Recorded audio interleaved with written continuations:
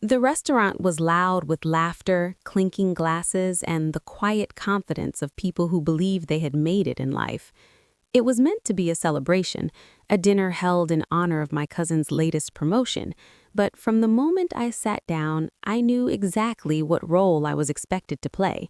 I was Rachel, 27 years old, sitting stiffly in my chair while my extended family looked at me with a mix of pity and judgment. My mother didn't wait long before making me the topic of discussion. "Look at your cousin," she said loudly, gesturing across the table. "She has a real career, a future. You should learn something from her." Heads turned toward me, and I could feel the eyes of nearby diners drifting in our direction, drawn by the unmistakable sound of public humiliation. I kept my face neutral and stared down at the receipt in my hand. $847.50. The dinner bill. The bill I had just paid for everyone without a word. What my mother didn't know, what none of them knew, was that this dinner was nothing compared to what I had been quietly paying for behind the scenes. For 3 years, I had worked as a freelance graphic designer, building my business from my small apartment. No office building, no company badge, no job title that impressed relatives, just contracts, deadlines, international clients, and steady income. But to my family, freelancing wasn't a career, it was a phase, a joke, something I would eventually abandon once I accepted that I was failing at adulthood. My cousin Miranda, on the other hand, was everything they admired. She had just become head of pediatrics at a local hospital. She had the degree, the authority, the respect. When she spoke, people leaned in. When I spoke, they barely listened. "What exactly do you do all day?" my aunt asked that night, smiling as if she were genuinely curious. Miranda jumped in smoothly, offering to help me find something stable, maybe an entry-level position at the hospital. "Benefits are important," she said kindly, like she was doing me a favor. The condescension filled the space between us. Then my mom took it further, turning to a nearby table that had clearly been listening. "Rachel doesn't even have health insurance," she announced proudly, as if this were evidence of her failure as a human being. "Drawing pictures on a computer isn't a career." My uncle laughed and added that at least I wasn't asking them for money. I almost laughed at the irony. When the waiter returned with the check, my mom didn't glance at it. She slid it toward me and said paying it would be good practice for responsibility, maybe even motivate me to find a real job.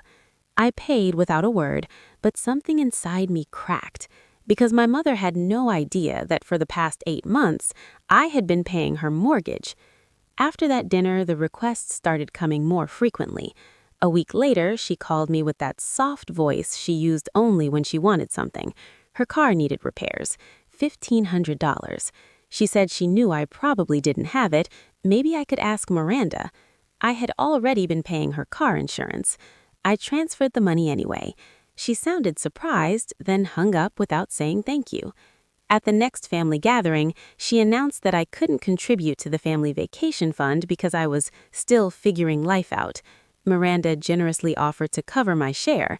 I smiled and said nothing, even though I had already covered more family expenses than anyone else there. The betrayal that hurt the most came when I overheard my mom sabotaging my work. A woman from church had called my mom asking if I could help design wedding invitations for her daughter, and I stood frozen in the hallway as I overheard my mother laugh softly into the phone and say, "Oh no, you don't want Rachel for that. She's still finding her way professionally. Let me give you the number of someone more established." In that moment, something inside me went cold. It wasn't just that she didn't believe in me, it was that she was actively keeping me small. After that, the narrative she told others became clearer. She started telling neighbors that she was supporting me financially, that I was struggling, that it was hard watching her child fail despite all her efforts. I heard her tell one neighbor that she couldn't enable me forever, that I needed to learn responsibility, and I stood there listening while she took credit for sacrifices I had been making in silence. Family members began offering unsolicited advice, sending me job postings, setting up interviews I never asked for. My aunt once said within earshot, "Rachel just needs tough love to succeed like Miranda," and my mom nodded proudly as if emotional pressure were a parenting strategy. Eventually, I stopped going to family gatherings. Every event felt like another courtroom where my life was put on trial and found lacking. What none of them knew was that while they were criticizing my unstable freelance career, I had been earning six figures for the past 2 years. I had built a client list that included tech startups, international brands, and corporations they would recognize instantly if I ever bothered to name them. I lived modestly by choice, not because I was failing, but because most of my money was quietly flowing back into my family's survival.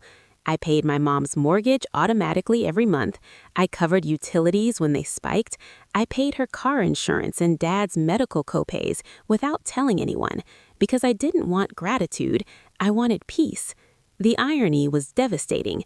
While my mom told people I couldn't contribute, I was carrying the heaviest financial weight of all. The only person who truly knew was Alex, my business partner and closest friend, who one night sat me down and showed me a spreadsheet of every transfer, payment, and bill I had covered, $47,000 in a single year. When Alex said the words financial abuse, I wanted to argue, but the truth settled uncomfortably in my chest. They kept me feeling small, so I'd keep proving myself, and I kept paying because some part of me still hoped they'd see me. Meanwhile, the requests grew larger. One evening, my mom called asking if I could help with Dad's medical bills, saying she knew I didn't have much, but every little bit counted. I had already been paying them.